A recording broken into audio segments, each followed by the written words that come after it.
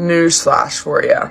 It is going to be really hard and really challenging to be in a relationship if you haven't done any inner work, if you haven't done any like self-love practices, personal development work. Like if you are still the person that was damaged from a previous relationship or some inner child wounds, some shit that happened when you were younger, maybe something that happened last year, a couple years ago, whatever the case may be, and you haven't addressed it, you haven't worked through it, you haven't dealt with it, it is going to keep coming up until you work through and release that energy, those feelings, those emotions that you haven't addressed yet.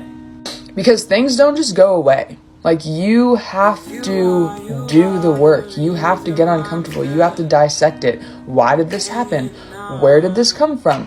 Why am I feeling this way? Like, ask yourself questions and get down to the root cause, because a lot of times it's shit that you didn't even know was connected, but then once you put the pieces together, you're like, oh my god, it makes so much sense. This is why I've been sabotaging myself in this area, and this is why I've been feeling so uptight in this area, and this is why this makes me so uncomfortable. It's just like, once you start putting it all together, it starts making sense, and you're like, oh my god, I can do this. I feel like the thing is, we get so scared to deal with our inner demons and inner wounds and just actual emotions themselves, because we're taught our entire lives to suppress them. We're taught just to push them away and shove them aside, and we'll deal with them later. But like, that's not healthy, because it keeps building up inside, and it's going to hit you like a fucking brick wall time and time again until you actually do the work. So if you just want to keep getting slapped in the face over and over again and ruining all the relationships you try to create and build, then yeah, how about that? Because that's going to be more exhausting than anything.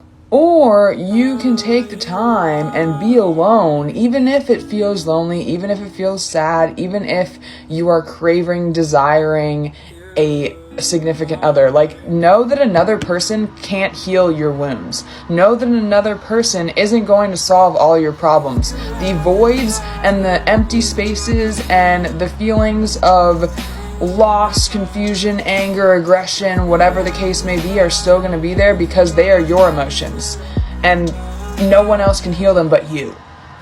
The solution always comes back to doing the inner work, doing the shadow work, doing the inner child healing, because I promise you, that will solve a lot of your issues and problems that you might be continuously going through. Like, give it a shot, give it a go, spend time with you, fix your shit first.